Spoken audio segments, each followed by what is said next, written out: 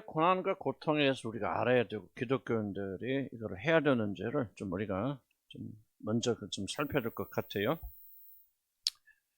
인간의 삶이란 것과 사람들이 살면서 당하는 여러 가지 인생의 고난과 분리할 수 없다.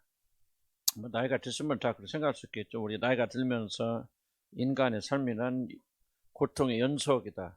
뭐 즐겁고 기쁘기도 하겠고 또 이제 그런 때도 있겠지만은, 그러나 어떻게 보면 큰 사건들 계속 이어지면서 어떤 그런 어려운 고통의 연속이라는 사실, 이 둘은 결코 분리되지 않는 하나라는 사실을 우리가 고백하지 않을 수 없습니다. 좀 너무 부정적으로 보는 것 같지만 그런 좀 진지하게 우리들이 좀 대한다면 좀 그럴 수도 있겠다. 허무지 철학자 니체는 니체는 저는 좋아하지도 않고 좀 신은 죽었다 그런 사람이죠. 그래도 그런 사람들 말이 다 틀린 건 아니니까요. 이분 이런 말 했는데 삶은 고통이다 그렇게 이제 고백을 했는데, 이 사람 이제 문제는 이렇게 해서 계속 부정적에서 머물러 있었기 때문에 그런 니체가 자살해서 죽지만은, 우리는 이제 다른 솔루션이 있죠. 그러나 어디가 병들었고 뭐가 문제다 하는 것을 이번 지적했을 때는 상당히 통찰력 있게 우리가 받아들일 필요가 있다 생각이 되어집니다. 그래서 삶은 고통이다 그랬는데 뭐 꼭 틀린 말 아니다 생각이 들고요. 알베르 까미라고 하는 또 유명한 그런 작가가 있습니다. 이분 작품 초등학교 때 읽었을 것 같아요. 이제 지금 기억도 안 나네. 뭐 이방인 뭐 됐건 뭐 그런 거. 뭔지도 모르고 난 책을 좋아해서 초등학교 때 이분 알베르 까미 작품도 다 읽었을 것 같아요. 지금 하나도 기억 안 나요. 제목만 조금 몇 개 기억나고. 어째 보면 그때 성경 읽었으면 내가 좀 얼마나 좋았을까. 성경은 안 읽고 그저 뭔 책, 뭔 도스토옙스키 전주 다 초등학교 때 읽었어요, 저거. 이해도 못했겠지. 까놓고 얘기했어요. 얼마나 이해했겠어요. 근데 좀 지나고 보면 좀 우습기도 하고, 주일학교 좀 좋았으면 그냥 성경 암송도 하고 뭐하고 그런 신앙 지도가 전혀 없었어. 약간 그렇대. 어쨌든 까미가 좀 이분 이래야겠죠. 사는 것은 자살하는 것보다 훨씬 더 많은 용기를 필요로 한다. 참 올바른 게, 삶을 가볍게 여기는 사람 이러면 해당이 안 되겠지만 삶을 진지하게 여기는 사람은 죽는 것이, 사는 것이 죽는 것보다 훨씬 어렵다. 그래서 인생은 외워요. 고통의 연속이기 때문에 살려고 하는 것은 많은 순간순간마다 용기를 가지고 살아야 된다. 그런 생각이 듭니다. 사람의 삶에서 고통을 분리할 수 없기 때문에 인간 고통을 이해하는 것은 곧 인생을 이해하는 것이고, 그리고 역으로 인간의 고통을 이해하지 못할 때 우리들의 진정한 삶이 무엇인가 알지 못합니다. 물론 여기서 고통이라는 것은 고통 자체를 말하는 것은 아니고 이 고통이 가진 의미를 이해한다 그런 뜻입니다. 고통 많이 했다, 어렸을 때부터 계속 고생만 하고 살았다, 그런 사람이 인생의 깊이가 있느냐, 그거 아니잖아요. 그런 고난을 어떻게 해석하고 생각하고 분석하고, 이것이 바로 이제 인생을 풍성하게 만드는 것이죠. 그래서 어떤 인간의 고통, 그리고 고통이 얽혀있는 것을 이해하지 못한다면 우리는 전혀 삶을 이해하지 못한다. 그만큼 인간의 고난은 각 사람의 인생의 요소마다 깊이 들어있고, 여러분 삶 속에 고난의 고통 요소를 빼버리면 여러분 삶의 스토리가 안 맞아갈 겁니다. 스토리스를 이어가는, 중간중간 이어가는 이음목이 뭐냐면 다른 것이 아니고 고통이라는, 고난이라는, 어려움이라는. 한 사람이 이해하려면 그 사람의 고통을 들여다보는 것이 가장 정확하다 말할 정도로, 그 사람이 어떤 고통을 겪고 왔는지, 그리고 그 사람이 어떤 고통에 대한 해석을 하게 되었는지, 그런 것들.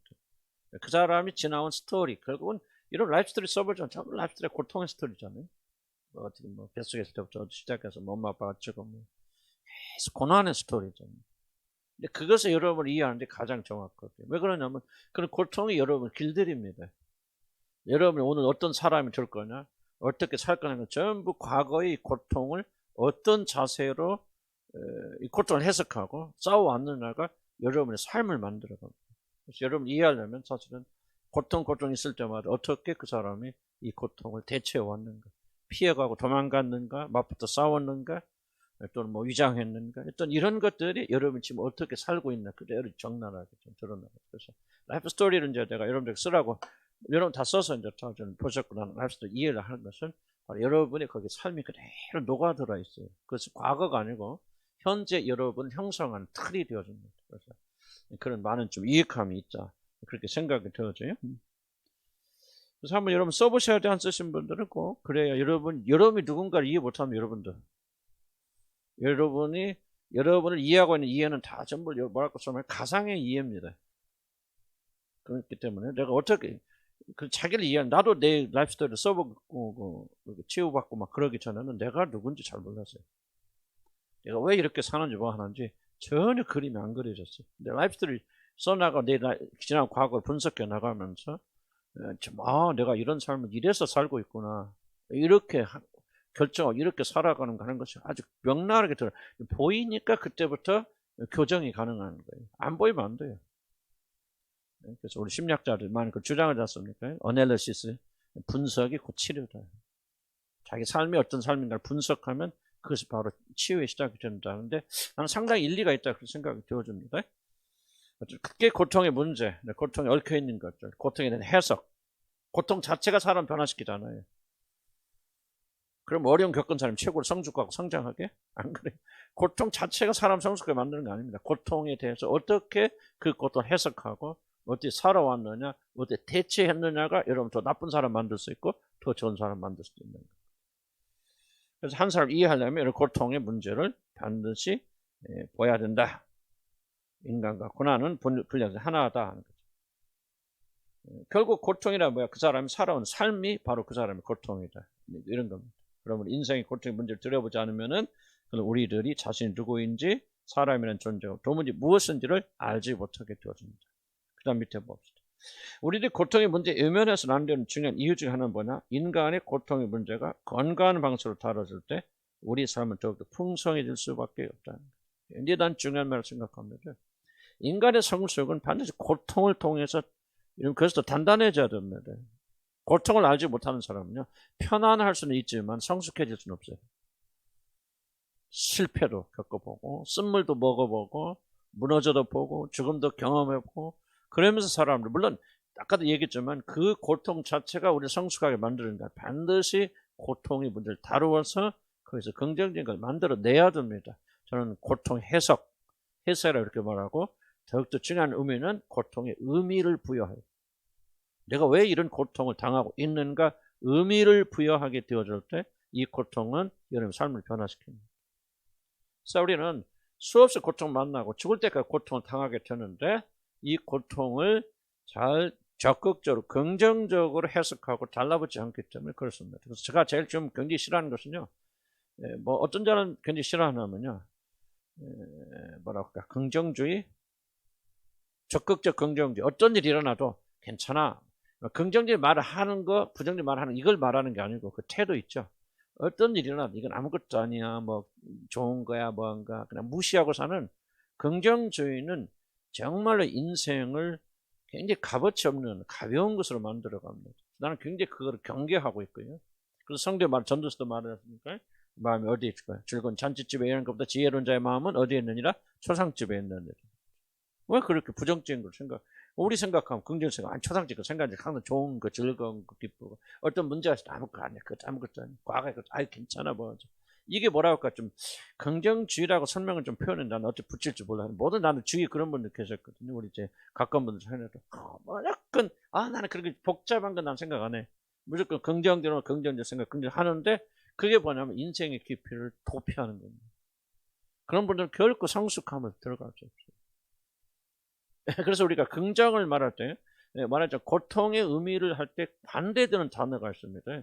고통의 의미를 인생을 성숙시키게 했는데 가장 극적인 방해가 뭐냐? 바로 뭐냐면 이거는 쾌락의 문제예요. 쾌락의 문제를 우리가 이해하지 못하고 고통의 문제를 이해하지 못하는 거예요. 고통은 우리가 어떻게 말하면 하나님께 고통을 사용해서 우리를 성숙하게 만든 하나님의 굉장히 선물인데 이걸 적극적으로 방해하는 게 뭐야? 뭐를 하든지 쾌락은 여러분 뭘까? 음란, 방탕 이걸 말하는 거 아니에요. 쾌락은 뭔가 자기 몸, 육신을 즐겁게 만들려고 하는 이런 그 쾌락 지상주의가 인생을 파괴하고 사람 영혼의 깊이를 파괴합니다. 그래서 무조건 잘 될 거야, 뭐 할 거야, 막 괜찮아 이렇게 저는 그런 성경적인 사고가 아니에요. 그러나 나는 그렇게 말하는 사람들의 공통적 특징이 뭐냐? 인생을 깊이 있게 통찰 있게 볼 수가 없어요. 그분은 계속 어린아이 수준, 뭘 하든지 편하고 고통을 느끼지 않고 즐겁고 안전하고 하는 여기 헌신되어 있습니다. 그러면 결과는 뭐 편하죠.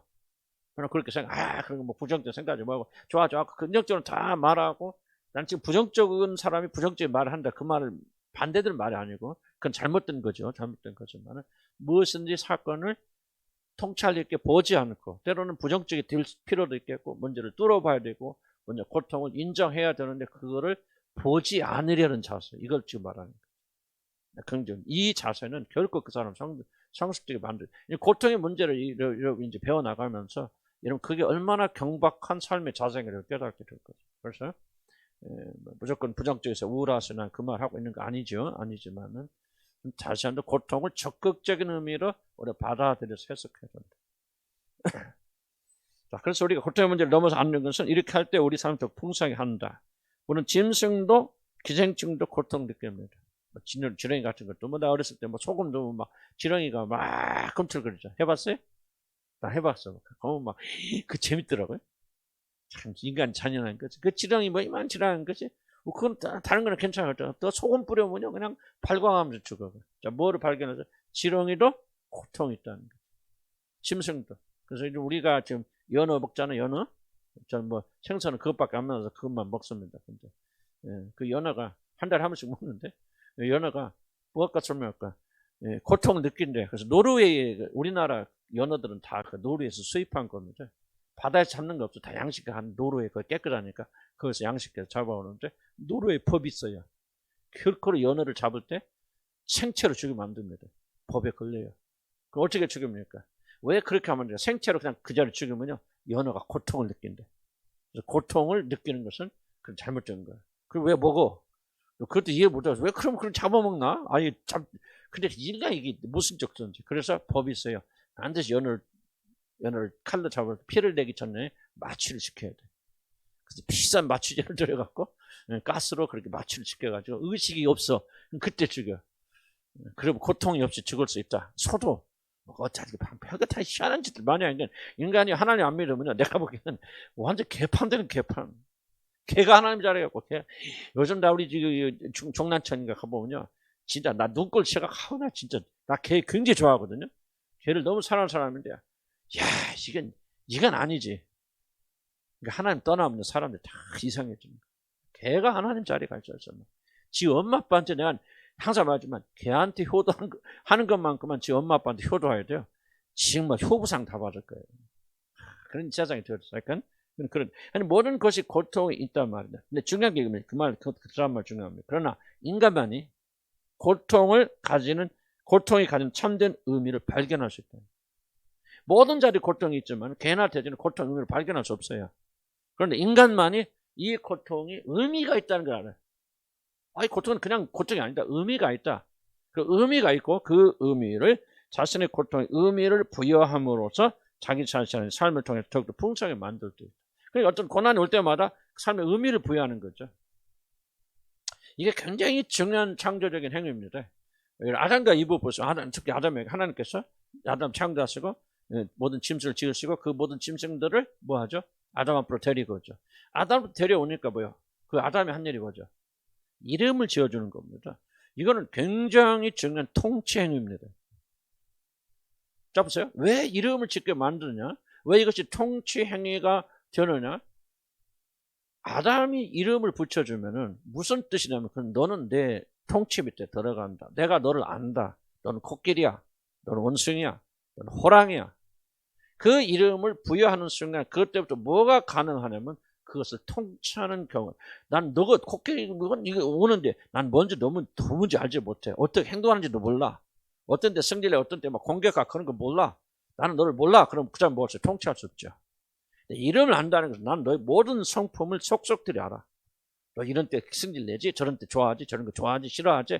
그러므로 그 모든 걸 알기 때문에 아담은 그들을 통치할 수 있죠. 이게 바로 이름을 붙이는 행위입니다. 자, 고통이에요. 고통의 의미예요. 고통은 왜 이러면 힘드냐? 이름을 붙이지 못해요. 도대체 왜 이게 내 이런 어려움을 당하는가? 도대체 이것이 무엇을 의미하는지 아무도 알지 못하니까 그 다음에 고통을 다스릴 수 없고 통치할 수 없어요. 근데 의미를 부여한다는 것은 이 고통이지만 하나님께서 내게 주신 선물이야. 이름 붙이죠. 의미를 부여하잖아요. 이걸 통해서 하나님께서 나를 성숙하게 만드시려고 하는 거야 하고 이름을 붙이고 의미를 부여하는 순간부터 여러분 물론 하나님의 도움을 받아야 되지만은 여러분 그 고통을 통치하게 됩니다. 그때부터 이런 고통을 다스릴 수 있고 그 고통을 통해서 이런 좋은 것을 만들어낼 수 있는데 의미를 부여하지 못하면 여러분 절대 고통을 이겨낼 수 없어요. 그래서 우리가 굉장히 중요해요. 근데 아까도 말했죠. 잘못된 긍정주의. 그런 거 볼 수 없어. 느낄 수 없어. 뭐 그런 거 왜 부정적인 생각했지. 나 좋은 것만 좋은 것만 바라보고 좋은 것만 생각하고 좋은 일만 할 거야. 그러면 그 사람은 뭐야? 어찌 없이 인간의 고통 피할 수 없어요. 계속해서 고통이 일어나는데 그 사람은 결코 고통을 다스릴 수 없어요. 그래서 우리는 고통을 직면해야 되고 고통을 나가야 되지만 뭐하자? 고통의 의미를 발견할 수 있는 유일한 창조적인 힘을 가진 자들이 뭐야? 하나님의 형상에 따라 지음받은 사람이에요. 개와 돼지는요 계속 기계적인 것밖에 없어요. 그러든 왜 내가 이렇게 학대당해야 돼? 왜 돼지로서 매일 잡혀 죽어서 사람 입으로 들어가야 돼? 번민하지 않아요. 고통을 느낄 수도 없고 뭐 아픔은 느낄 수 있겠지만 그런 고뇌와 고난을 느낄 수 없고 해석할 수 없어요. 하나님이 인간에게만 그런 기능을 주시는 거예요. 그래서 우리는 뭐야? 우리 창조주 받은 하나님 형상 받은 우리들은 뭐를 해야 되냐? 고난의 의미를 부여할 줄 알아야 된다. 왜? 고난은 이름이 있어요. 의미가 있어요. 하나님께 그냥 주신 것이 이 고난을 통해서 무엇을 하시려는 목적이 있어요. 이것을 가지고 의미를 부여하게 되면 어떤 고난이 오더라도 여러분 그 고난에 이름을 붙여주면서 우리는 통치하고 살 수 있는 사람이 됩니다. 좀 어려운 얘기예요. 이해는 되죠? 이해는 되지만 우리가 그렇게 들려면 쉽지 않은 이해가 많은 연단이 필요하지만은 바로 이 고난을 통해서 우리는 그것을 배워 나가야 된다는 거죠. 어려운 얘기예요. 어려운 얘기, 좀 고상한 얘기예요. 그죠? 어떻게 하면 기독교의 어떤 뭐 가르침 여러 종류가 있지만 그 중에서 가장 마지막 단계 와야 되는 올 수밖에 없는 것이 고난에 대한 가르침입니다. 고난은 초창기 때 배울 수 없어요. 고난의 의미는. 하나님에 대한 신뢰도 일어나고 뭔가 일어나고 그렇게 됐을 때 고난의 의미를 다룰 수 있는 것이죠. 아무에게나 고난을 가르칠 수 없어요. 고난의 의미를. 그냥 벌써 2페이지 넘어가면요. 그래서 우리가 많은 고난에도 불구하고 우리는 더욱더 삶이 풍성해질 수 있다 없다? 있다는 거죠. 자, 고난이 없는 삶이 행복한 삶이 아니고 풍족한 삶이 아닙니다. 고난을 이용해서 어떻게 하느냐가 중요합니다. 여러분 벌써 배가 있는데 뭐 기름 넣고 다니지만 옛날에 배, 돛담배, 바람을 향해서 가는 배가 있다 봅시다. 이용해서 옛날 범선들이 있다 봅시다. 그런 범선에게는 바람이 많을수록 좋아요, 적을수록 좋아요? 많을수록 좋죠. 바람이 없으면 못 갑니다. 인생도 마찬가지. 고난이 없으면 못 갑니다, 여러분. 고통이 없으면 여러분 만들어지잖아요. 완성되지 않아요. 그러니까 고난이 있고가 없고가 행복과 여러분 완성을 결정짓는 게 아니고 그 고난을 어떻게 이해하고 그 고난을 어떻게 이용하느냐에 따라서 여러분 삶이 얼만큼 풍성하느냐에 달라요. 나는 저와 여러분 이 고난에 대한 자세가 바뀌어져야 여러분이 주님과 평강을 누릴 수 있다고 생각합니다. 왜? 어차피 우리는 죽을 때까지 고난 당합니다. 고난을 이해하지 못하고 어쩌다가 내가 또 이런 어려움 당하는 왜 그러지? 뭐 내 인생은 왜 그래? 그렇게 생각하게 되면 죽을 때까지 갈등하고 범민하다 끝나고 하나님과 화목하지 못하고 하나님과 대적 상태에 있다 끝나게 되어져요. 정말 불행한 일이거든요. 그래서 나는 이 강의가 얼마나 중요한 강의인지 또 내가 이제 비로소 이 가능히 할 수 있는 거예요. 지식적으로 내가 10년 전부터 할 수 있었겠죠. 그러나 내가 정말로 이것을 깊이 깨달아서 할 수 있는 것은 이제 겨우 이제 가능하게 되어진 거. 여러분도 이제 뭔가 수용할 수 있는 조금 그런 단계 두르지 않았는 그런 생각이 듭니다. 그래서 나는 고난을 우리가 피하면 안 돼요. 고난을 환영해야 되고 고난을 이용할 줄 알아야 되고 그래서 범선이 바람을 이용해서 그 각도만 트는 거 아니에요? 그런 거지. 바람이 막 없어. 바람 없으면 못 가잖아요. 바람을 이용해서 그래서 이런 말이 유능한 항해자는 폭풍을 바람을 이용해서 더 빨리 간다. 이것이 우리 고난에 대한 중요한 그런 목표 중 하나죠. 그런 아픔을 피하기 위해서 자신의 삶에서 일어나는 고통의 의미를 들여다보지 않는다. 이게 쾌락주의예요. 쾌락주의 함정입니다. 나는 더 이상 고통을 돌아보지 않겠다. 고통을 부인하는 거예요. 쾌락주의는. 그 사람은 인간이란 존재는 짐승들과 별반 다를 것이 없는 존재로 믿게 됩니다. 그렇게 자기는 생각하지 않겠죠. 그러나 고통을 부인하는 순간 고통의 의미를 부여할 수 없는 존재로 전락합니다. 사실 중요한 얘기예요. 고통을 부인하는 순간, 고통이 가진 유익을 부인하고 쾌락주의로 전환되는 순간 우리는 뭐예요? 고통의 의미를 부여하는 아담이 한때 가졌던 그 지배력을 잃게 되어집니다. 이게 이제 그때가 바로 여러분들이 이제 짐승으로 전락하는 시간이죠.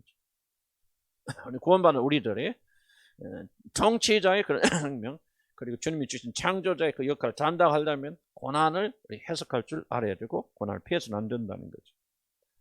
자신의 삶의 고통에 어떤 의미를 부여하는가 하는 것이 결국 자신이 어떤 삶을 살 것인가, 이게 중요한 부분입니다.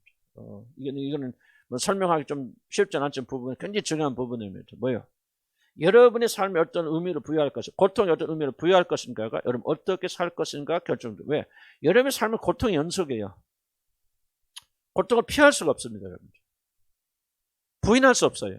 지속적인 고통의 연속인데 이 고통을 어떻게 의미를 부여하느냐가 그것이 패턴이 되어져서 어떤 삶을 살 것을 결정합니다.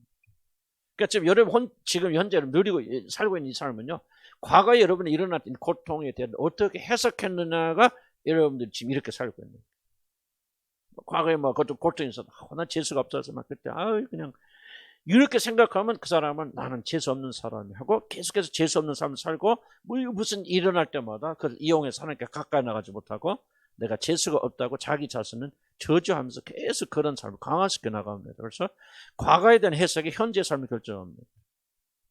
그래서 내가 연인들 강제적 고난은 아니지만은 강제적 여러분이 현재 살고 있는 삶의 패턴은 과거에 대한 해석이에요.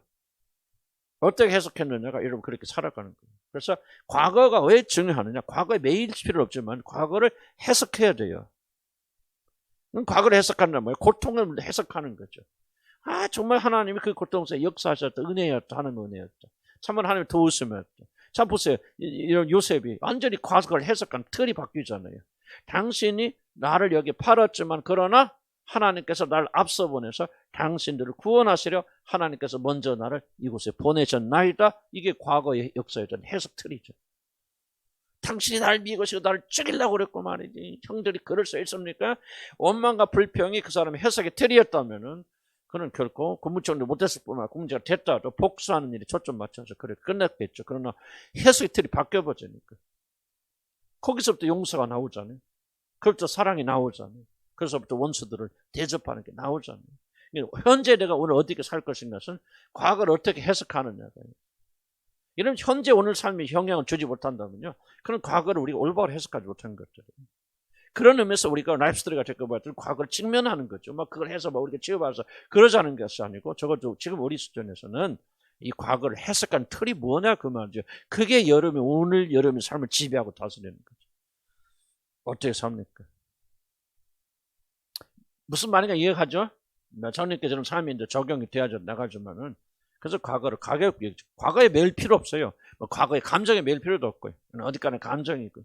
감정 나오니까 살아있지 않아요. 과거는 과거입니다. 우리가 그거 우르르 나오고 뭐고 막 그러는데 여러분 그거는 과거를 잘못하는 거예요. 과거는 과거예요. 지나간 거예요.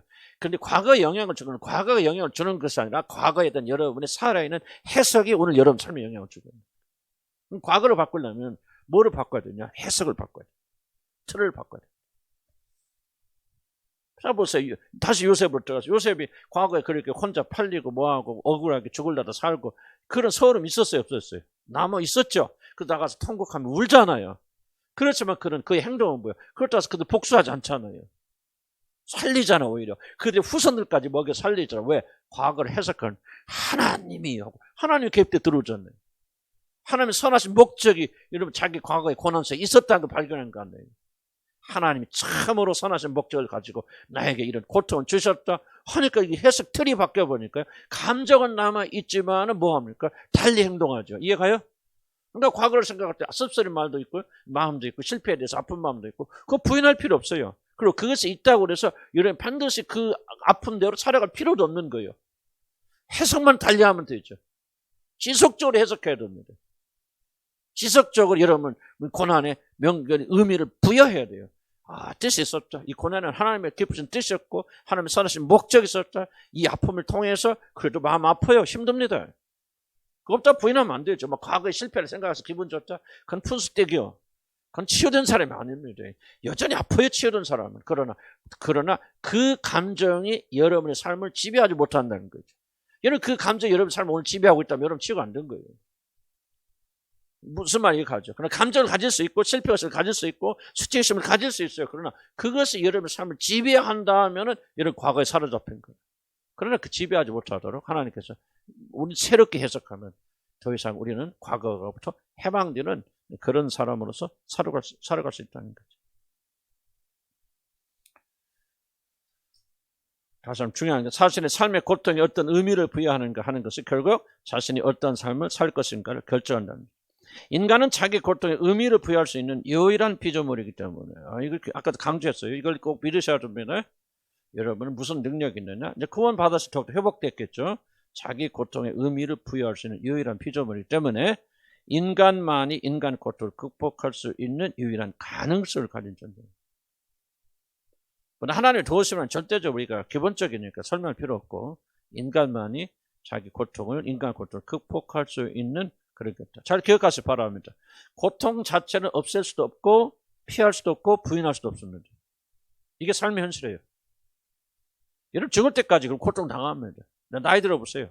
60, 70. 나도 뭐 건강 많이 좀 어렵고 힘들고 그런 상황인데 나는 좀 소원 중에 하나가 좀 아파서 좀 누워봤으면 좋겠다 하는 거지. 소원일지. 그렇게 자신하고 살때 건강만큼은 뭐 옛날에 아픈 것도 있었겠지만 하는 기적적으로 치유해 주시고 그런 나이가 들어가니까 이제 뭐 이거 하나 제대로 돌아가는 게 없잖아요. 이게 고통이야. 이게 고통이고 이것은 내가 믿음과 아무런 상관이 없어요. 자연적인 현상으로 오는 것들이죠. 뭘 얘기합니까?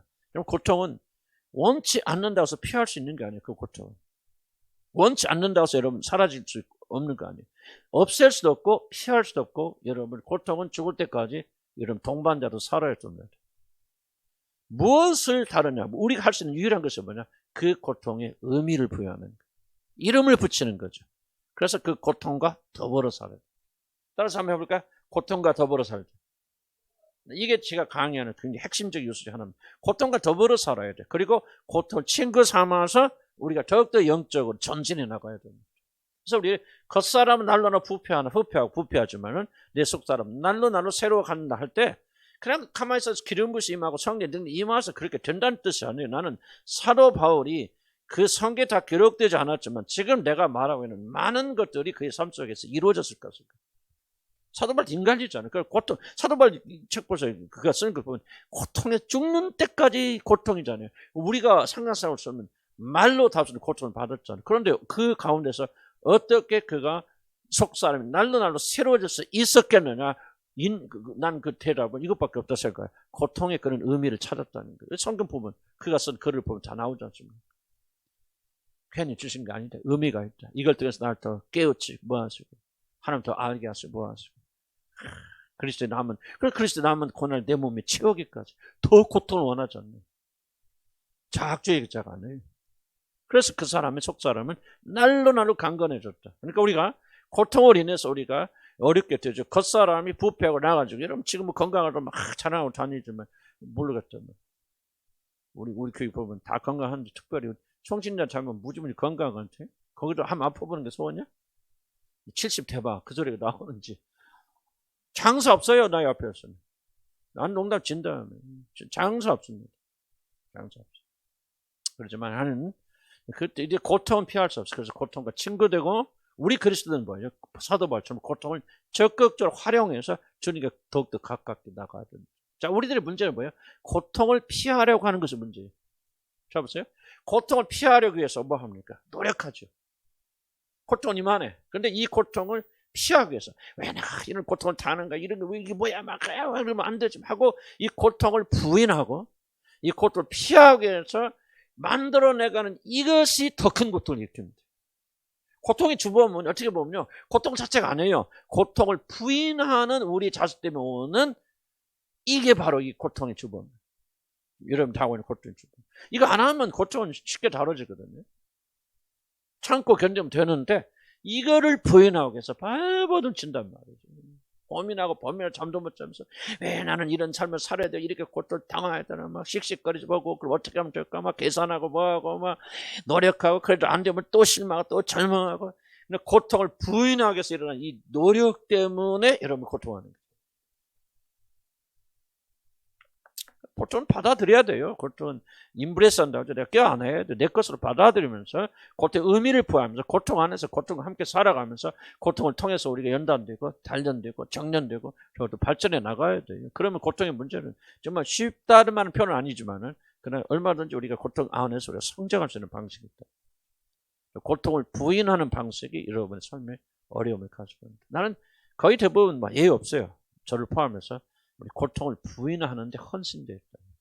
이게 바로 쾌락의 문제. 평안하고 기쁘고. 그러니까 뭐 이걸 추구하기 때문에 이것이 고통을 일으킨다는 거예요. 뒤에 이제 나중에 좀 더 자세하게 좀 하겠지만 굉장히 중요한 이슈고 중요한 주제입니다. 고통은 우리 친구, 특히 그리스도인의 친구. 고통 없으면 우리는요, 한없이 타락합니다. 자, 그럼 봅시다. 고통에 숨어있는 깊은 의미를 발견하는 의미를 부여하게 될 때 우리는 고통의 정복자가 된다 하는 겁니다. 그러나 고통의 영역은 여기서 머무르지 않습니다. 인간 고통은 삶에 대한 이해를 뛰어넘어서 우리 택함 받은 자를 향하신 하나님의 놀라운 계획을 알려주는 신적 계시이기도 합니다. 무슨 뜻입니까? 고난이 뭡니까? 고통은 이제 여러 가지 원인도 있지만요. 자, 보세요. 왜 고난다, 고통 당합니까? 여러 가지 있지만, 그러나 대개 원인을 알 수 없는 고통이 대부분입니다. 그럼 왜 고통 당합니까? 고통 당함을 통해서 여러분 무엇을 여러분 알려주십니까? 지금 사단의 가장 큰 유혹이 뭡니까? 그리고 사단이 하는 가장 성공적인 일은 여러분이 뭐 창조가 됐건 유전으로 됐건 뭐가 진화가 됐든지 간에 어떤 존재가 됐든지 간에 인간은 뭐랄까 이 세상 너머를 위한 그런 존재가 아니라는 것을 사단이 계속해서 속이는 거예요. 뭐라고 써? 이 세상이 전부다. 이 세상을 위해서 창조되고 뭐 창조됐다는 말 쓴다 할지라도 진화됐건 뭐가 됐건 어떤 말을 쓰든지 이 세상을 위하여서 세상이 너희들이 거할 수 있는 존재할 수 있는 최종 정착력이라는 사실을 사단은 지속적으로 여러분 갖다 줬죠. 자 보세요. 여러분이 왜 고난을 당하고 고통을 당하냐면 가장 큰 근본적 원인은 우리 세상에 살기 때문에 고통이에요. 그럼 고통이 뭐를 계시해 주십니까? 자서 여러분이 이 세상을 위해서 지어졌고 이 세상 여러분 정착력이 최종적이 그러면 이 세상이 여러분의 만족을 줘야 되죠. 그런데 고통과 고난을 통해서 뭐냐면 무언가 이게 잘못됐다. 아무리 노력해도 이 세상에 내가 만족할 수 없다. 그럼 뭐를 보여줍니까? 그거는 우리가 이 세상을 위해서 지어진 존재들이 아니고 그 너머에 있다고 뭔가를 좀 그렇게 보여주는 거예요. 그러니까 여기는 아니야. 여기서 아무리 이거 다 가져봐도 보세요. 세상을 위해서 존재됐다면 여러분이 필요한 모든 걸 다 가졌을 때 솔로몬이 뭐라고 말하니까 난 정말 족하다. 세상에 모든 걸 다 가져봤다. 내 영혼은 모든 걸 다 참 만족해. 정말로 이게 재상당하죠. 나는요 너무너무 행복해. 너무나도 가졌죠. 너무너무 즐거워. 그렇게 말해야 되잖아요. 나는요 어떤 믿음 있는 사람이 만약 그렇게 말한다면 난 그 사람은 전혀 믿음이 없는 사람을 그렇게 말하고 싶어요. 나는 뭐 정말 넘쳐 나는 막 아무것도 부족함이 없어. 나는 막 모든 것을 다 충만하고 나는 막 감사하고 기쁘기만 하고 아무런 문제가 없어. 나는 그 사람은요 아직 뭔가 지금 뭐가 모자란 사람이에요. 나는 그 사람 믿음을 있다고 생각하죠. 그거 안 맞는 말, 틀리는 말이에요. 그렇게 들으면 안 돼요. 그거는 그렇게 말하는 순간 뭘 말하냐면 나는요 이 세상을 위해서 세상적인 존재로 맞아진 거야. 이게 그래서 세상적인 다 주면 나는 거기서 만족하고 자기 존재를 개돼지처럼 만드는 거예요. 뭐를 부인합니까? 나는 우리들 인간은요 세상을 위해서 창조된 것이 아니라 더 큰 거. 하나님의 나라를 위해서 하나님을 위해서 하나님과 관계 속에서 그 하나님의 나라에서 더 큰 영역으로만이 만족되고 충족될 수 있도록 지어진 존재들이에요. 왜 여러분 이 세상을 고통했습니까? 이게 안 채워지는 거예요. 그러니까 이 고통을 통해서 뭐를 발견하죠? 나라는 존재는 세상을 위해서 존재한 존재가 아니구나.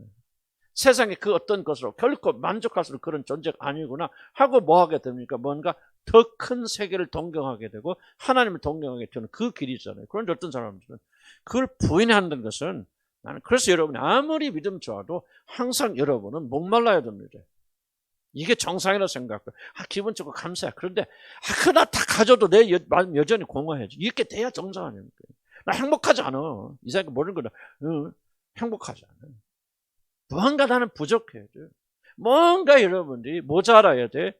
그게 어디서만 창족할 수 있어요? 그 나라에 들어가서 그분만으로만 충족될 수 있는 우리는 새로운 존재라는 것을 알겠죠. 그래서 고난이 없으면은요, 우리 그걸 모르겠대요. 이 세상이 전부가 그렇구나. 이거 지상난거냐? 나는 아무것도 아는 거 뭐 없어. 전부 다 행복하고 만족하잖아요. 그럼 그 사람 지금 여기가 천국이고 만족하는데 더 큰 세계를 사모하겠습니까? 사모 안 해요. 할 수 없죠. 그래서 하나님께서 고통을 주셔서 이게 네 집 아니다. 불편하지? 불편하지 사는 거. 불편해 안 불편해? 나 되게 불편해요.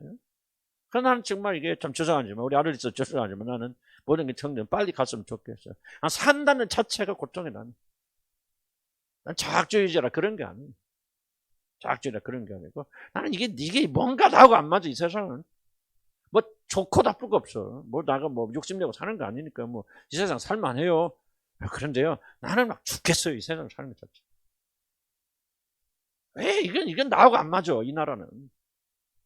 다 가져보세요. 뭐 아파트 100채 놓고 살아보세요. 그럼 맞아요 여러분? 아니요. 100채 1000채 다니고 뭐 이 세상에 있는 돈 다 가져보세요. 여러분 만족한다면 여러분 세상의 사람이지 하늘 사람 아니거든. 안 맞아요 나하고는. 사는 게 별로 안 좋아. 그래도 또 우리가 문제가 있고 그러니까 뭐 할 말 없지 인간이라는 게. 나는 이게 정상적 인간이라고 생각하고 이 정상적 하나님의 백성이라고 생각이 되어졌는데 이거를 깨닫게 해준 게 뭐냐 고난이에요. 고난을 통해서 이게 전부 아니네. 가져봐도 별 볼 일 없네. 나는 여기에 맞는 사람이 아닌가 봐.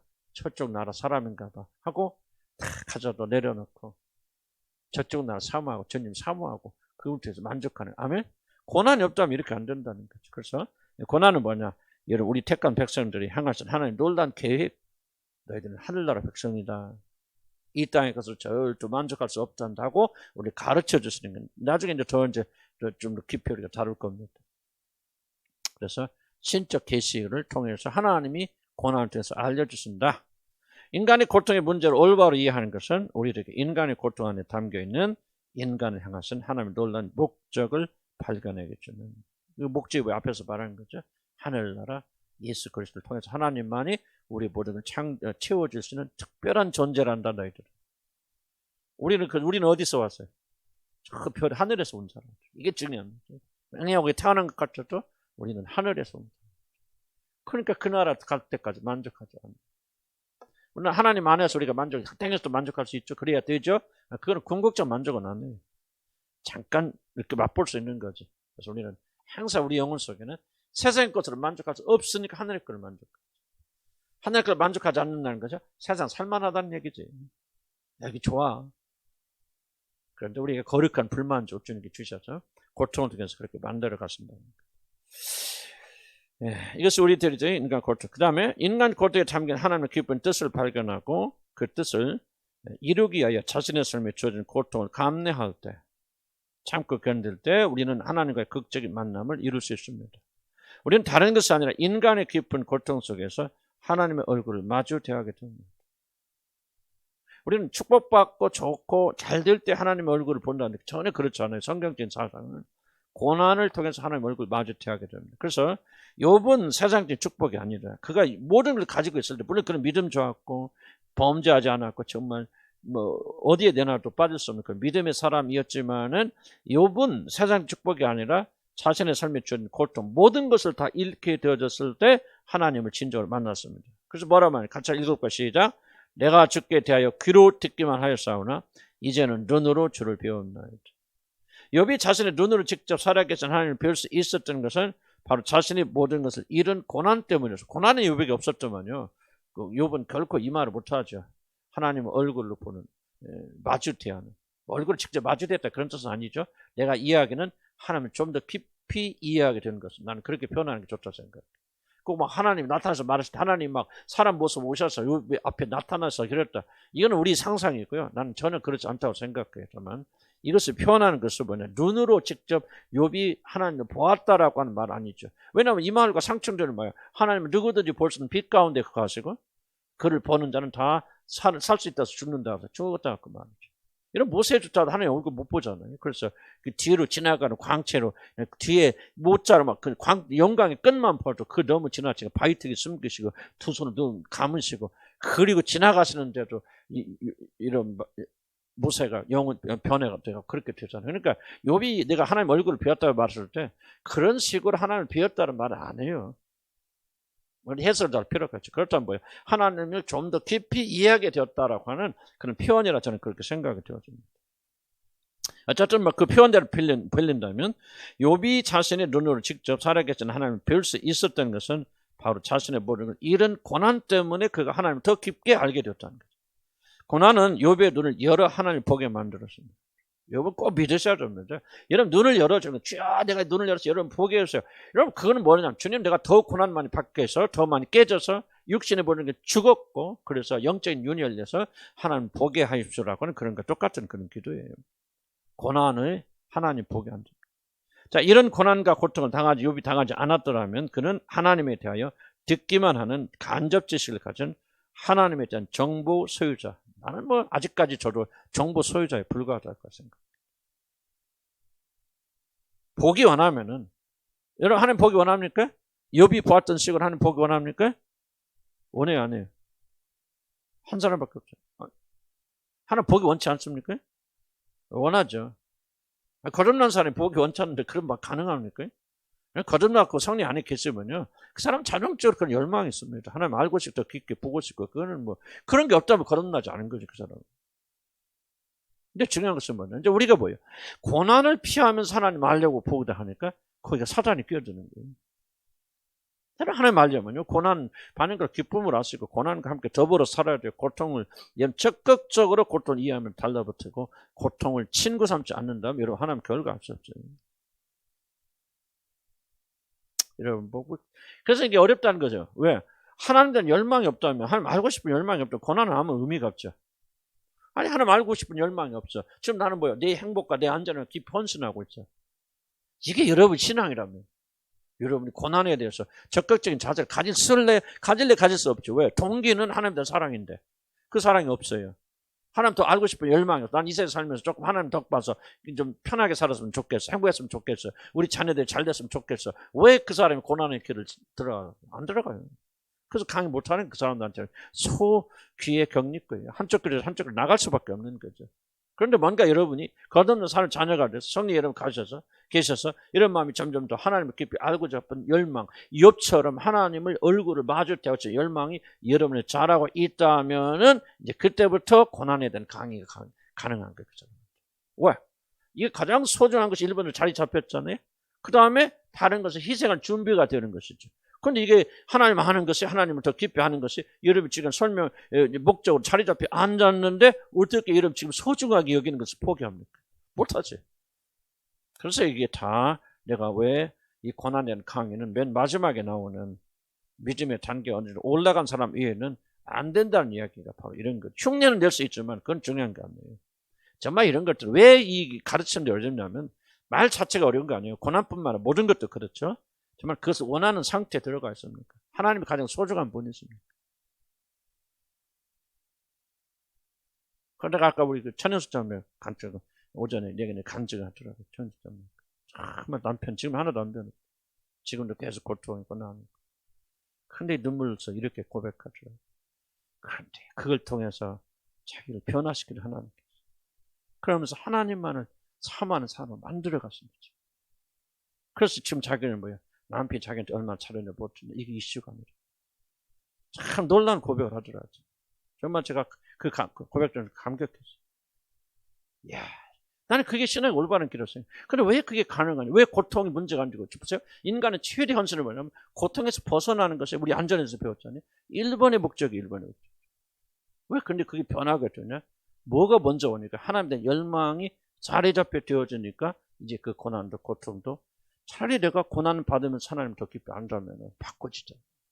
나는 그게 여러분 복음 아는 사람들 생각.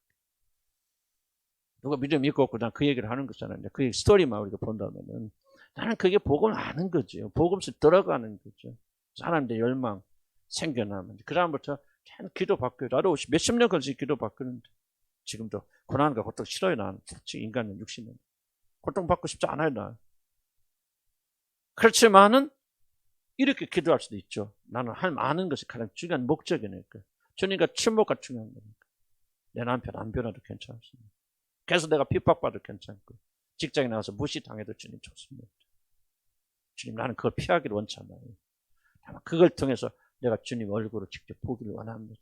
하고 여러분이 진심으로 그렇게 기도한다면은 그게 여러분의 신앙 현주소인 겁니다. 아직도 여러분이 직장에서 환영받고 편하고 높임받는 시간 그러지 않겠지만 그런 마음이 여러분들에게 중심으로 자리 잡고 있다. 그게 여러분 영혼의 현주소. 저는 우리가 여기서 또 자라나야 된다 생각해요. 아멘. 자라나서 하나님 얼굴을 보는 걸로 돼야 됐다. 내가 천연수자매 이야기했죠. 천연수자매로 성숙하게 만든 건 뭐가 있을까? 다른 거 없어요. 고난을 받으니까. 견뎌나가니까 어쩔 수 없으니까 참고 견뎌. 눈물 흘리고. 그러다 보니까 이런 게 만들어지지 않았을까 생각이 듭니다. 화장실 필요해요? 조금 더 하고 갈까요? 그럼 인간의 고통의 범위. 자, 이 인간 고통이 왜 어렵냐면요. 이 경계선을 정하기가 참 어려워요. 이것은 고통이 아니다. 이것은 하나님 좋은 거다. 사람이 맞는 거다. 뭐 하는 거다. 명확하게 경계선을 만드는 것이 불가능하더라고요. 그래서 이게 어려운 거예요. 그래도 어떻게 합니까? 일단 한 경계선을 한번 그어보고 무엇이 고통인지 무엇이 고통이 아닌지 고통이 아닌데도 불구하고 왜 고통으로 여겨야 되는지 하는 것들을 조금 우리가 살펴볼 필요가 있습니다. 인간 고통이 무엇인가 이해하려면 먼저 그 범위부터 찾아야 됩니다. 무엇이 인간의 고통 영역에 들어가는 것이고 무엇이 그렇지 않은 것인가. 인간이 경험하는 모든 것은 다 고난 영역에 들어갈 수 있는 것인가 들어가는 것인가. 명백하게 자신의 잘못으로 인한 어려움도 우리 고난이라고 말할 수 있겠는가. 이런 질문들은 무엇이 우리를 유익하게 만드는 고난이고 무엇이 우리를 자초한 결과인지를 알게 해줍니다. 첫째, 자신이 스스로 만든 고통입니다. 난 이것이 거의 절대적으로 다수에 차지한다 생각이 듭니다. 그럼에도 불구하고 이건 고통이 아니다 그렇게 말해버리면 우리가 고통을 통해서 배울 수 있는 거의 사라져버려요. 그래서 이 안에서도 어떤 의미를 발견할 수 있겠는가 하는 게 중요한 질문입니다.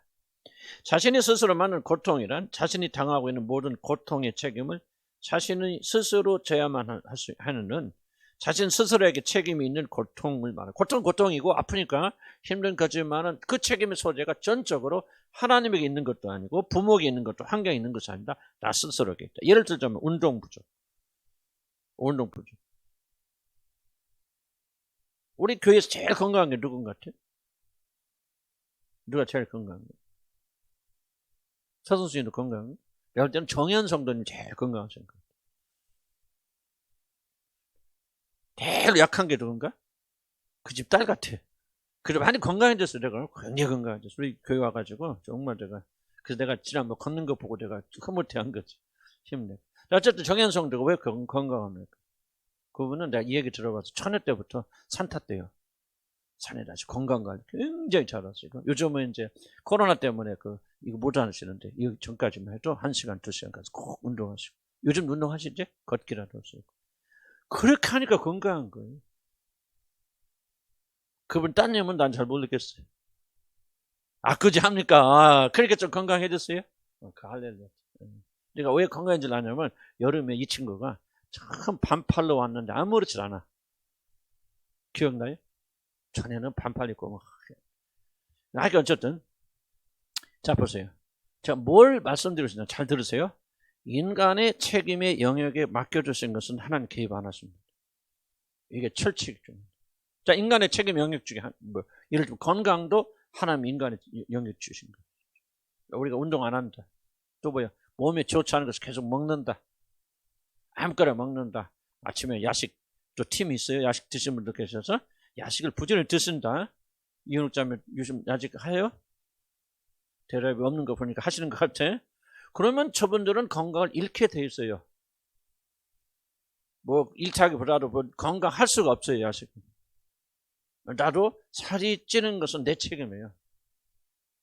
어쨌든 나는 주워 먹고 야식 같은 거 안 하고 또 요즘은 제가 음식도 이렇게 잘하고 나도 건강식 하면 아침에는 전부 내가 아침 식사 뭐 먹는 줄 아세요?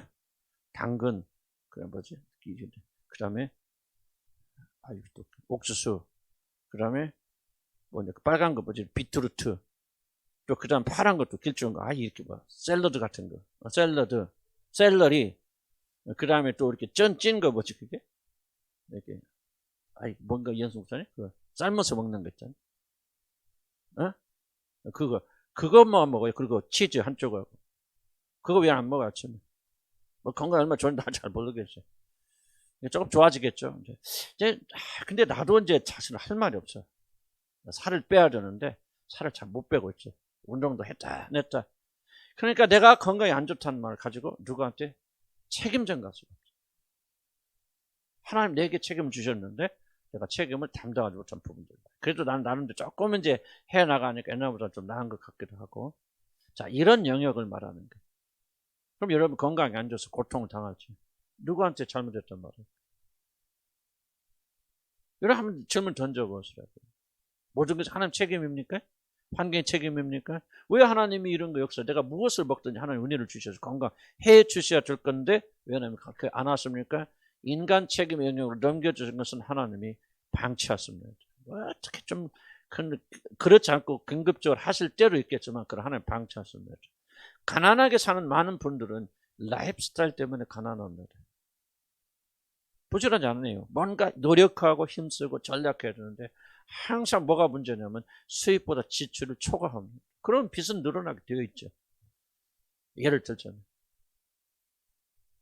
우리가 이게 가난은 뭐 타고나고 뭐 그렇게 좀 너무나도 뭐 이렇게 좀 그런 또 사회적 요소도 있고 그럴 수도 있겠죠. 그러나 거의 대부분은 이런 영역들에 대해서는 결국 하나님이 책임지지 않는다. 스트레스 주범이 뭡니까? 과도한 욕심이거든요. 잘 해야 되겠다, 성공해야 되겠다 하니까 스트레스가 생기는 거죠. 그래서 여기서부터 생기는 그런 인간관계 파괴라든지 건강의 상실은 전적으로 누구의 책임이냐? 내가 만든 고통이에요. 그렇기 때문에 그 고통에는 책임은 하나님도 질 수 없고 환경도 질 수 없고 다른 누구도 할 수 않았다. 밑에 두 번째 달라보면 이러한 것 때문에 생긴 모든 고통은 1차적으로 하나님의 다른 사람 책임이 아니라는 거죠. 하나님이 나를 이렇게 만드신 것이 아니에요. 사랑하지 않기 때문에 야식을 그렇게 먹어도 내가 우리 돌아가신 매형 얘기 일부에 했는데요. 참 좋은 분이고 아까운 분이고 정말 지금 지나고 보면요. 그렇게 좋은 분도 참 드물었었다. 정말 인격적인 분이거든요. 한 번 안 냈어요. 참 그런 분을 만나기 좀 힘들 정도로 훌륭하신 분이었어요. 그런데 참 불행히도 40대 초반에 암으로 돌아가셨어요. 물론 가족력이 있어요. 가족력이 있지만은 그분이 아마 제가 생각하기는 틀릴 수도 있겠지만은 위암으로 그렇게 돌아가셨는데 그분이 위암에 걸린 원인이 있다면 그분은 밤마다 라면을 끓여 먹고 이게 견장하죠. 축구선 출신이죠. 정말 뭐 감기 한번 안 걸리신 분이니까 소화가 너무 잘 되니까 저녁 때 9시쯤 출출해. 그냥 못 주무셔. 그냥 꼭 라면 2개 또 3개 정도 끓여서 그걸 다 드시고 배가 차오면 그때 주무세요. 그거를 뭐 총각 때부터 그냥 거의 10몇 년을 그렇게 하셨던 거예요. 내가 생각하기에는 그게 지금 라면은 그래 좋지 맨날 라면 좀 그렇잖아요. 그게 원인이 되지 않았어요. 이게 바로 책임이에요. 한계입니다.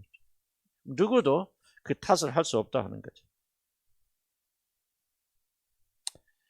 그래서 이런 것을 고난이다 고통이라 나 특별히 고난이란 말을 사용하면 안 됩니다. 고난이란 말은 뭔가 그 책임이 나한테 있지 않고 외부에 있다는 걸 암시하고 있기 때문에 고통이란 말도 좀 하기가 좀 어렵다. 나는 그냥 자업자득이다. 성경 말대로 무엇을 심든 심은 그대로 내가 그대로 받으리라는 그 내용 자업자득이 가장 정확한 말이다. 나는 그렇게 생각됩니다. 그래서 우리가 자신의 책임 회피하고 참패 밑에 두 번째 줄 회피하고 일어나는 경우 이것은 하나님 주시는 시련이나 다른 사람 잘못을 하고 스스로를 속이지 말죠. 혼돈 일어납니다.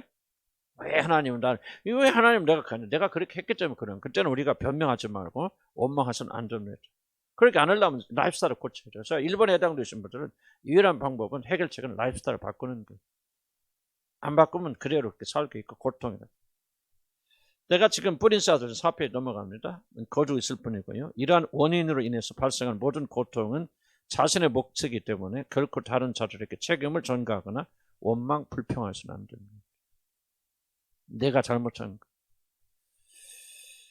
근데 이제 이게 굉장히 어렵게 앞에서 얘기했잖아요. 이 고통이 아주 어렵게 만든다. 왜냐하면 우리들이 겪고 있는 어려움이 대부분이 사실 이 부리에 속하거든요. 우리들은 고난을 당하는 것이 아니라 오래전에 오랫동안 뿌려왔던 씨가 싹이 나고 열매가 맺혀 나를 괴롭히는 거죠. 그렇다고 해서 이것을 인간 고통에서 범죄에서 제외할 수는 없어요. 왜냐하면 하나님께서는 이러한 고통까지도 이용하셔서 우리를 변화시키기 때문이다. 그러니까 하나님께서 우리가 이런 죄를 범하도록 하나님이 하신 거 아니에요. 그러나 우리 실수고 실패지만 하나님은 우리의 실수와 실패도 이용하셔서 선한 목적을 이루신다. 자 보세요. 요셉의 형제들이 요셉을 파는 것은 선한 일이 아니에요. 악한 일이죠. 그리고 그 악한 일을 하나님이 이용하셔서 요셉을 공무처럼 만드셨다는 거죠. 그러니까 우리가 하나님의 섭리가 나타날 때 우리가 이렇게 제안해보면 모든 것이 다 선해야 하나님께 이용하실 수 있다. 이럴 수 있다는 것은 우리의 편협된 사고입니다. 아니요, 하나님 마귀가 하는 일도 사용하실 수 있고 악용하실 수 있고 재난과 그리고 욕심과 싸움과 다툼과, 그러나 하나님께서 그 싸움을 악한 것을 이용하셔서 선한 목적을 이루실 수 있다고 예정에서 배웠죠? 그건 정의합니다. 그렇기 때문에 우리들이 실수와 죄로 인해서 우리가 책임지는 일이라 할지라도 인간의 고통의 영역에서 제외하면 안 된다. 나는 그렇게 내 개인적 결론이에요. 많은 분들이 이걸 제외하고 말하거든요. 그럼 제외하고 난 다음은요, 거의 다 남아있는 살이 없어요. 다 떨어나가요. 아니다. 비록 다른 양상이고 이걸 고난이라고까지 말할 수 없어도 우리의 실수와 죄로 인해 생기는 고통까지도 하나님은 우리를 성숙하게 만들어 가시는 그런 도구가 될 수 있다. 제가 이렇게 복음을 열심히 전하고요, 복음에 정말 매달리게 된 이유는 뭐냐면 내가 그 양촌이란 이단적인 곳에 가서 그런 생활을 했기 때문에 그래요. 거기서 내가 실패를 안 해봤더라면, 신비주의를 경험하지 않았더라면 항상 성령의 역사에 대한 그런 사모함이 있었고, 근데 그런 성령의 역사는 사모함이 있는데 왜 그렇게 내게 미혹되어져서 그런 게 갈 수 있었을까? 복음이 내 안에 자리 잡히지 못했고, 복음이 뭔지 내가 잘 이해하지 못했고, 내가 예수 믿고 천당가 이렇게 생각했지.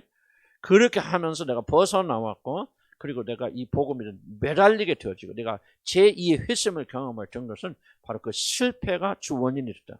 그럼 하나님께서 내가 막 그런 것에 들어가도록 한 밀어붙이셨을까? 아니죠. 내 욕심, 정말 한탕주의, 가서 막 능력과 기름 부심 받으면 막 또 잘 나가니까 막 계속해서 하나님 막 기름 부어줘서 내가 막 감당하지 못할 때 기름 부심 부어준다. 하나님 주신 악마 주의 나는 지금까지 잘 모르겠어요. 어쨌든 그거는 중요한 거, 더 중요한 것은 그렇게 나가니까 그것이 올바른 건 줄 알았는데 그 끝을 가보니까 아니구나. 사람을 살린 것은 복음밖에 없구나. 복음에 철두철미하지 않으면 우리가 이렇게까지 미혹될 수 있고 잘못될 수 있구나. 하나 깊이 깨닫고 나는 죽어도 살아도 복음이야. 그때부터 마틴 루터 존스 목사님부터 만나게 해주시고, 그 다음에 조나단 에드워드 책을 보게 하시면서 밑바닥부터, 내가 보세요. 조나단 에드워드 책 핵심이 뭐냐면 이렇게 미혹돼서 속은 자들을 대상으로 쓴 책이거든요. 내가 안 속았으면 그거 읽을 필요가 없지. 그 감동받을 필요가 없죠. 그럼 내가 속아서 내가 넘어가 보니까 내가 왜 이렇게 넘어갔을까? 왜 이렇게 죽었어? 내가 진짜 거듭난 사람일까는 의심이 일어날 때 그 책이 나로 하여금 혁명적인 변화를 이렇게 만들어줬잖아요. 그러니까 내가 인간의 실패가 없어요. 그 책임은 내 욕심 때문에 하나님 그렇게 한 거 아니죠. 내가 미혹돼서 갔는데, 그럼 그것이 끝이 아니라는 거예요. 하나님은 이런 것도, 이런 실패도 이용하셔서 선한 걸 만들어 가시나 그러죠. 그래서 저와 오늘날 여러분이 만나서 이렇게 죽는 순간까지, 마지막 때까지 계속해서 복음을 선포하게 되고 가르치고 그렇게 되어지는 거니까 결과가 좋아요, 나빠요? 굉장히 좋단 말이죠. 그래서 우리가 여러분 실수와 실패, 죄로 인해서 자칫 잘못 고통이라 할지라도 하나님께서 그 고통을 통해서 뭔가 선한 목적을 이루실 수 있다 없다? 있다는 거죠. 그러니까 여러분이 과거에 잘못되어 한 것을 이건 고통이 아니야, 고난이 아니고 제거해 버린다면 나는 여러분이 고난을 통해서 배울 수 있는 거의 대부분을 잃어버린다 생각합니다. 이해 가시죠? 그래서 저는 이렇게 포함시키는 거예요. 많은 분들은 포함 안 시켜요. 그러나 다 포함시키는 것으로 그렇게 좀 해나가면 아마 더 이게 실제일 것 같아요. 자, 밑에 이제 마지막 부분은 하나님께서 우리들의 잘못과 실수에 대한 대가가 그대로 돌아오게 하신 이유는 뭐냐? 자신의 책임에 대한 교훈을 깊이 깨닫도록 하려. 자신 스스로 만든 고통이라 할지라도 하나님이 이것을 채찍으로 삼으셔서 우리들 회개의 길로 이끄십니다. 그러나 이러한 때에 회개하지 않고 원망 불평한다면 그 사람이 회복되는 길, 그리고 후회한다면 내가 왜 그랬을까? 과거 생각하고 내가 미쳤지, 나 죽을 놈이야, 나 같은 놈, 이렇게 후회하고 한탄한다면 여러분이 하나님께서 이 고통을 통해서 선한 목적 이루시는데 도움이 될 거예요? 방해가 될 거예요? 방해가 되죠. 그래서 우리가 이 뜻을 알면서 그래, 내가 실수가 부족했지만 하나님은 이 실수를 통해서 선한 것을 만들으셨어 하면서 그 차원에서 나의 실수를 봐야 되는데, 하나님 선하신 목적이 빠져나오면 실패밖에 안 남잖아요. 그때는 자기 정죄밖에, 한탄밖에, 자기를 책망하고 이것밖에 안 내잖아요. 그러니까 이거는 파괴적이다 그 말이죠. 항상 하나님의 목적에서, 하나님 눈으로부터 이 고통을 해석할 줄 알아야 된다. 화장실 다녀.